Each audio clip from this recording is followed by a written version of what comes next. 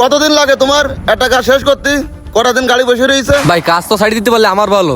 আমি তো কাজ শেষ করতে পারতেছি না ড্রাইভারের জন্য। মানে তুই কি করতে যাচ্ছিস? ড্রাইভারের জন্য কাজ শেষ করতে পারতেছিস না? আরে ভাই সে কথা বললেন না, আপনার ড্রাইভার একটা মাল আনতে পাঠালি হ্যাঁ যে বসিতে অনেক হারাই যায়। তাহলে তো ভালোই সমস্যা। প্রতিদিন যাই ঘরেতে ডিউটি টাকা নিচ্ছে, এদেরই কাজে ফাঁকি দিয়ে বেড়াচ্ছে। সে কনে সে এখন? ভাই আপনার ড্রাইভারের কথা কি বলবো, সকালে পাঠালাম একটা মাল আনতে, এখন তার কোনো খোঁজ নেই। এ তোমারে মাল খুঁজতে যায়, খবর হয়ে গেছে একদম যশোর মসজিদ গলি মলি গোড়ান খোঁজা লেগেছে। দাও হয় কিনা ভালো করে দাও, আবার যদি যাওয়া লাগে তা কবে এখনই যাই। এ কোন জায়গাতে নাই সবাই মালে?